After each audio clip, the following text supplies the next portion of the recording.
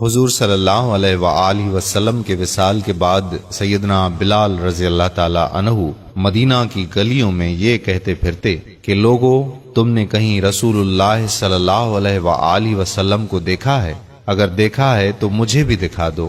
پھر کہنے لگے کہ اب مدینے میں میرا رہنا دشوار ہے، اور شام کے شہر حلب میں چلے گئے۔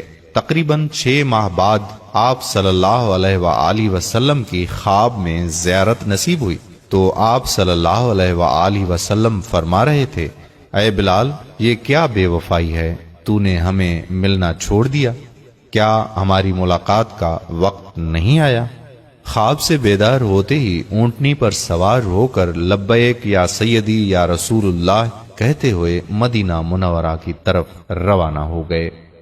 جب مدینہ منورہ میں داخل ہوئے تو سب سے پہلے مسجد نبوی پہنچ کر حضرت بلال رضی اللہ تعالی عنہ کی نگاہوں نے عالم وارفتگی میں آپ صلی اللہ علیہ وآلہ وسلم کو ڈھونڈنا شروع کیا۔ کبھی مسجد میں تلاش کرتے تو کبھی حجروں میں۔ جب کہیں نہ پایا تو آپ صلی اللہ علیہ وآلہ وسلم کی قبر انور پر سر رکھ کر رونا شروع کر دیا اور عرض کیا کہ یا رسول اللہ صلی اللہ علیہ وآلہ وسلم، آپ نے فرمایا تھا کہ آ کر مل جاؤ، غلام حلب سے بہر ملاقات حاضر ہوا ہے، یہ کہنا تھا، اور بے ہوش ہو کر مزار پر انوار کے پاس گر پڑے۔ کافی دیر بعد ہوش آیا۔ اتنے میں سارے مدینے میں یہ خبر پھیل گئی کہ مؤذن رسول صلی اللہ علیہ وآلہ وسلم حضرت بلال رضی اللہ تعالی عنہ آ گئے ہیں۔ مدینہ طیبہ کے بوڑھے، جوان، مرد و عورت اور بچے اکٹھے ہو کر عرض کرنے لگے کہ بلال، ایک دفعہ وہ اذان سنا دو نا جو محبوب خدا صلی اللہ علیہ وآلہ وسلم کے زمانے میں سناتے تھے۔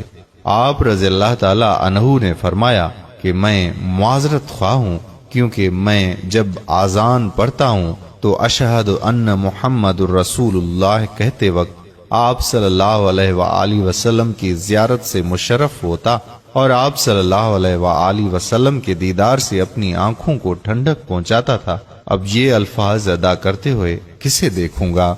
بعض صحابہ کرام رضوان اللہ علیہم نے مشورہ کیا کہ حسنین کریمین رضی اللہ عنہما سے سفارش کروائی جائے، جب وہ حضرت بلال رضی اللہ تعالی عنہ کو اذان کے لیے کہیں گے تو وہ انکار نہیں کر سکے گا۔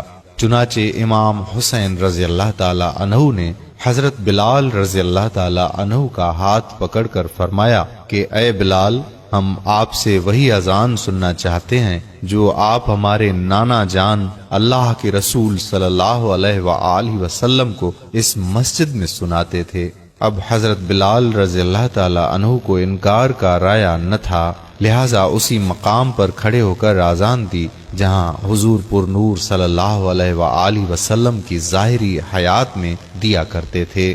بات کی کیفیت کا حال کتب سیر میں یوں بیان ہوا ہے، جب آپ رضی اللہ تعالی عنہ نے بآواز بلند اللہ اکبر کہا تو مدینہ منورہ گونج اٹھا۔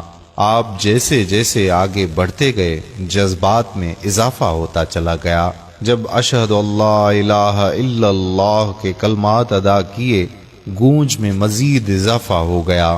جب اشہد ان محمد الرسول اللہ کے کلمات پر پہنچے تو تمام لوگ حتیٰ کہ پردہ نشین خواتین بھی گھروں سے باہر نکل آئیں۔ رقت و گریہ زاری کا عجیب منظر تھا۔ لوگوں نے کہا رسول اللہ صلی اللہ علیہ وآلہ وسلم تشریف لے آئے ہیں۔ آپ صلی اللہ علیہ وآلہ وسلم کے وصال کے بعد مدینہ منورہ میں اس دن سے زیادہ رونے والے مرد و زن نہیں دیکھے گئے۔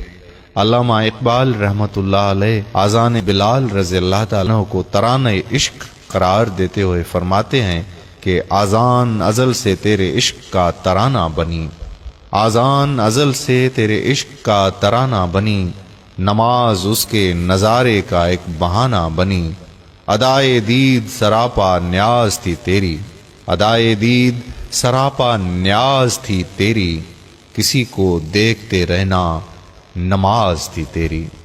سبحان اللہ۔ میرے پیارے بھائیوں اور بہنوں، اس ویڈیو کو ثواب کی نیت سے شیئر ضرور کیجیے گا، اور ہمارے پیج پیارا اسلام کو اگر آپ نے ابھی تک لائک نہیں کیا تو لائک کر کے فالو کر دیجئے، اور ساتھ ساتھ ہمارے یوٹیوب چینل پیارا اسلام کو بھی سبسکرائب کر دیجئے تاکہ ہم ایسی مزید معلوماتی ویڈیوز آپ تک پہنچاتے رہیں۔ جزاک اللہ خیرہ۔ السلام علیکم ورحمۃ اللہ وبرکاتہ۔